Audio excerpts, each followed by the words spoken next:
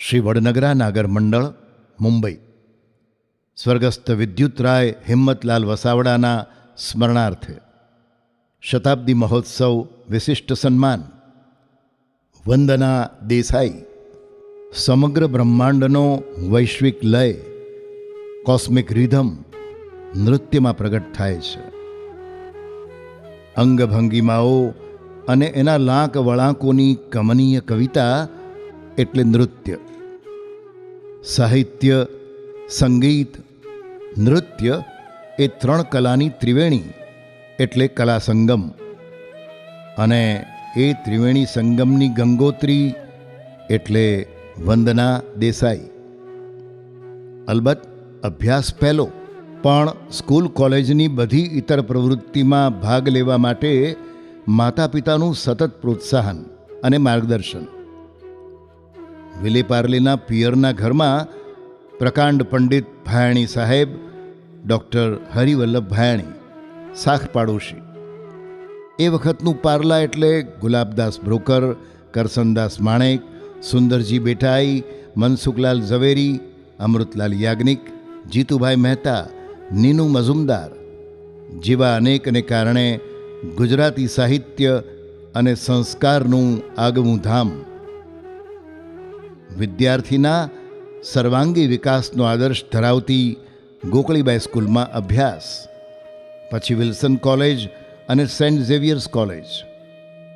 ગુજરાતી અને સંસ્કૃત સાથે 1963માં MA, પછી સાધના કોલેજ ઓફ એજ્યુકેશનમાંથી 1964માં B.Ed, 1961માં અંધેરીની MA હાઈસ્કૂલમાં ગુજરાતીના શિક્ષિકા તરીકે જોડાયા.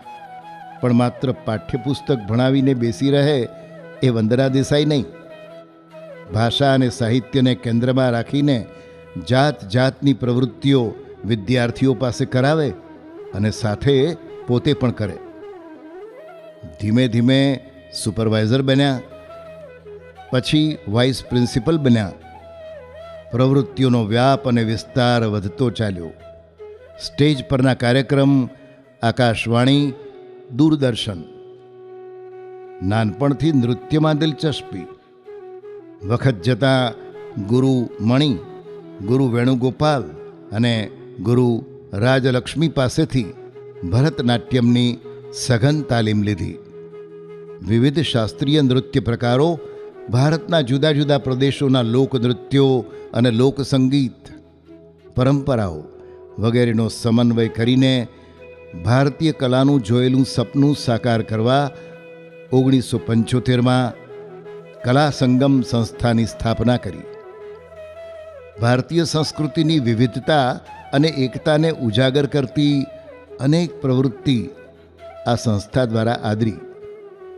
તેઓ દ્રઢપણે માને છે કે કોઈ પણ કલા એ ચંદન મહેલમાં બેસીને દિલ બહેલાવવા માટેની પ્રવૃત્તિ નથી, પણ જીવનની પ્રત્યેક પળમાં વણી લેવાની પ્રવૃત્તિ છે. કલા સંગમના નેજા નીચે 1990માં તેમણે એક મોટું સાહસ કર્યું. નવરાત્રિમાં ગરબા રાસના સ્ટેજ શો કરવાનું. સાહસ એટલા માટે કે આમ કરવું એ તે વખતે સામાપુરે તરવા જેવું હતું. ભગીની સમાજ કે સ્ત્રી મંડળના આવા વાર્ષિક કાર્યક્રમોની સાંજ ઢળી ચૂકી હતી. સ્ટેજ શોના ગરબા ગ્રાઉન્ડમાં જઈને વધુને વધુ પોપ, રોક, ફિલ્મી સંગીત, તાલ, નૃત્યના વાઘા પર વાઘા ચડાવી રહ્યા હતા. ત્યારે શુદ્ધ, શાસ્ત્રીય, સુગમ લોકસંગીત અને નૃત્યનો જ સાથ લઈને વર્ષો સુધી ગરબા રાસના કાર્યક્રમો કરવા એ ખાવાના ખેલ નહોતા. પણ નીનુભાઈ મઝુમદાર, કૌમુદી મુનશી, રાજુલ મહેતા, ઉદય મઝુમદાર, સુરેશ જોશી, રેખા ત્રિવેદી અને બીજા અનેક કલાકારોનો સાથ સહકાર મળતો ગયો. તે એટલે સુધી કે શાસ્ત્રીય સંગીતના સુપ્રસિદ્ધ ગાયિકા અશ્વિની ભીડે દેશપાંડે, શુભા જોશી, રવિન્દ્ર સાઠે અને બીજા ઘણા કલાકારોએ કલા સંગમના કાર્યક્રમોમાં પોતાનો કંઠ વહેવડાવ્યો. ગ્રેમી એવોર્ડ વિજેતા ફાલુ જ્યારે મુંબઈમાં ફાલ્ગુની શાહ તરીકે સંગીતની સાધના કરી રહી હતી ત્યારે તેણે પણ કલા સંગમના કાર્યક્રમોને પોતાનો કંઠ આપ્યો હતો. આમ કલા સંગમના કાર્યક્રમોનો વ્યાપ અને વિસ્તાર લોકનૃત્ય અને સંગીતથી માંડીને ઉપશાસ્ત્રીય અને શાસ્ત્રીય નૃત્ય અને સંગીત સુધીનો હતો. પરિણામે તેમના કાર્યક્રમોમાં ગંગા જમની ભાત ઉપસી આવતી. ગુરુ વંદના દેસાઈની કલા સાધનાને અનેક સંસ્થાઓએ માન સન્માનથી પોંખી છે. તેમાંના કેટલાક: ટેનેસી, અમેરિકાનો પોર્ટલરી Laxmi award, Akhil Bharatiya Patrakar Sangh, Samaj Darpan Gunijan award, Nritya Shiromani jewel of India award, Nirman Ratna Gaurav, global peace and progress life time achievement award અને નેપાળ મૈત્રી સંઘનો પુરસ્કાર. પણ ગુરુ વંદના દેસાઈને પૂછો તો એ કહેશે કે મારી વિદ્યાર્થિનીઓના પ્રેમ અને માન એ જ મારે મન સૌથી મોટો એવોર્ડ છે. આજે 87 વર્ષની ઉંમરે શરીર પહેલાં જેવું અને જેટલો સાથ સહકાર ન આપે એ દેખીતું છે. છતાં હજી નૃત્યના ઓનલાઈન વર્ગો ચલાવે છે.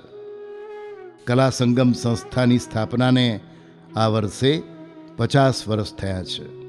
ત્યારે તેઓ માત્ર તેની ઉજવણીથી જ અટક્યા નથી. અનેક નવી નવી પ્રવૃત્તિઓથી તેનામાં નવચેતન સિંચવાનું સપનું પણ જોઈ રહ્યા છે. તેમની અખંડ કલા પ્રીતિ અને કલા ભક્તિને વંદન. હાર્દિક અભિનંદન અને શુભેચ્છાઓ.